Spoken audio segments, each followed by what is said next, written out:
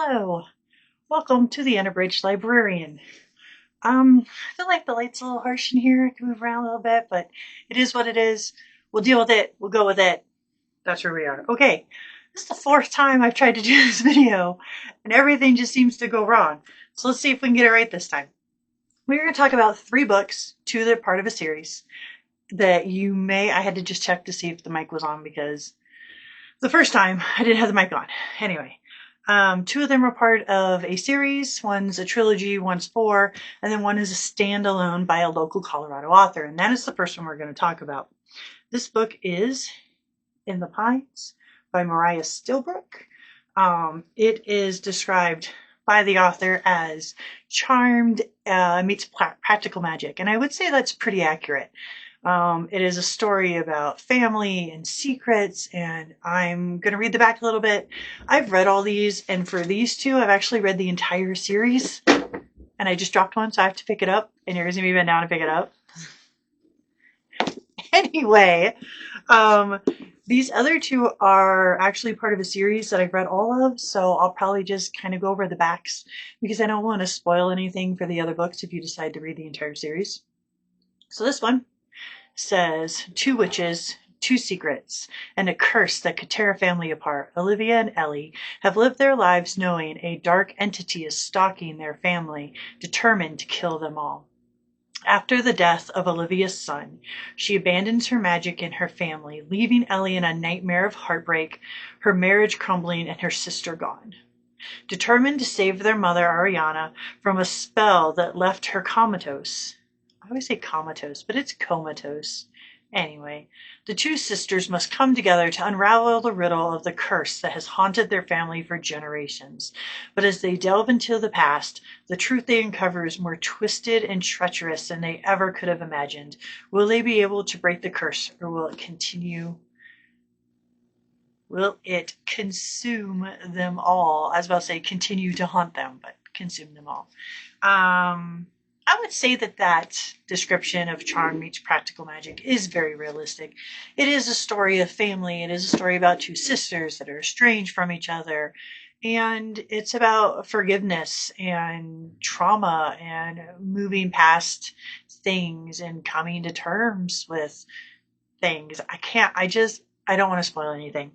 Let's just say for a debut, this is fantastic. You might be able to see a little bit behind me right here. These are some of her other books. She has a trilogy that is a YA fantasy, and she also has a YA horror. And maybe I'll take time to make a video just about the books that I have of hers.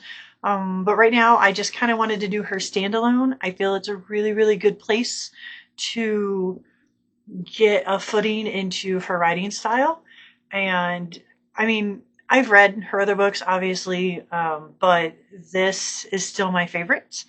I don't know if it's because it's the first or because I'm a fan of both Charmed and Practical Magic and Witch Sisters, and that kind of stuff. So this really spoke to me, and if you like this kind of thing, I think you will like it too. And we're going to move on to the next one. This is the next series I want to talk about, but I'm just going to talk about the first one. This came out a little while ago, a number of years ago actually, and I did hear some talk about it, so you may already know this one.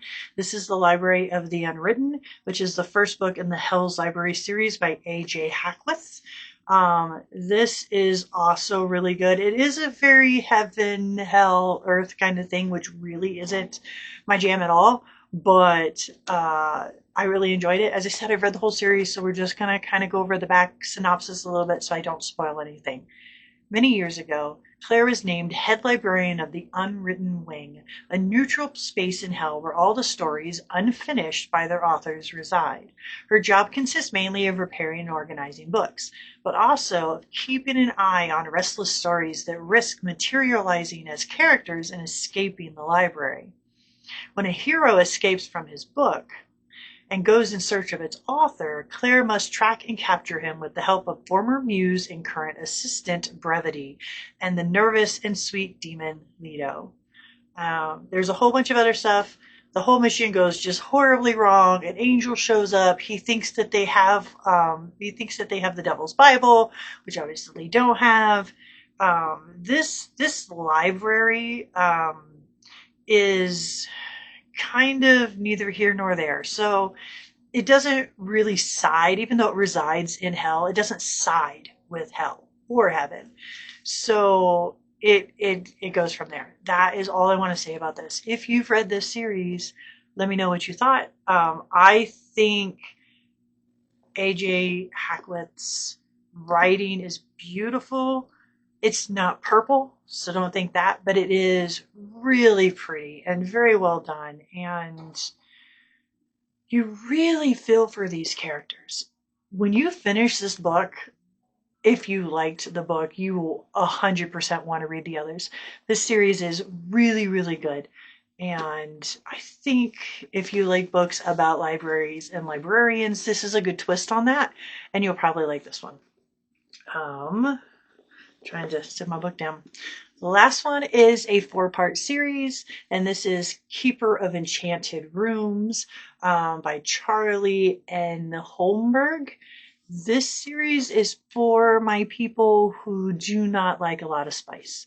There's pretty much no spice in these books, but it is sweet and it is romantic, and it's about found family, and it's about people who don't get along with maybe other members of their family because of expectations and them subverting those expectations. Once again, I've read all 4 of these, so I don't want to spoil anything.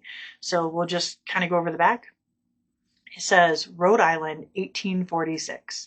Estranged from his family, writer Merritt Fernsby is surprised when he inherits a remote estate in the Narragansett Bay. Narragansett?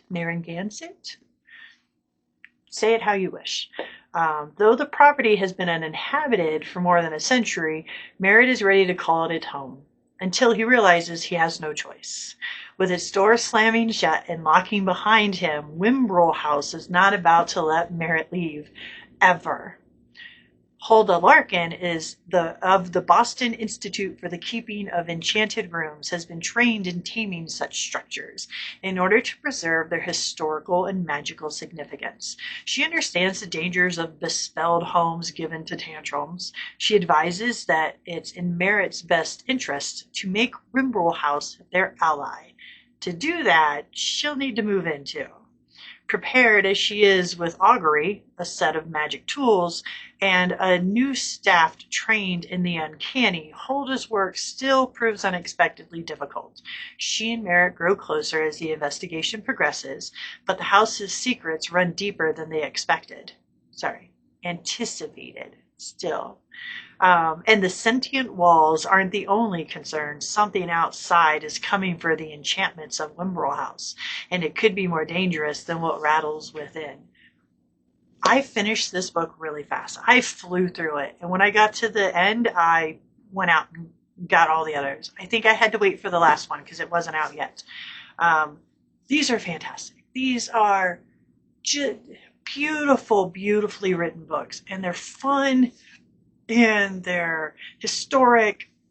I want to call them historical fantasy, but that doesn't quite feel right. But that is pretty much what it is. It's almost like a historical fantasy ghost story of sorts. It's, as I said, once you realize what's going on with the house and so on and so forth, it becomes really interesting, and you'll want to read the others. And the 4th book is very satisfying. So these are my recommendations for books that you may or may not have heard of. Once again, let me emphasize, Mariah Stillbrook, Colorado author. If you have not read her stuff, if you like YA, she has a YA series. It's Fae, so I know there's a lot of Fae peeps out there. And then she has another one called Hall of Shadows, which is YA horror. And if I understand correctly, she's working on an adult horror, which I'm very excited for. But this is my favorite so far out of all of hers that I've read. And I think that's it. I think we're going to wrap it up there, try to keep this short and sweet. And I hope you check them out and let me know. Thanks.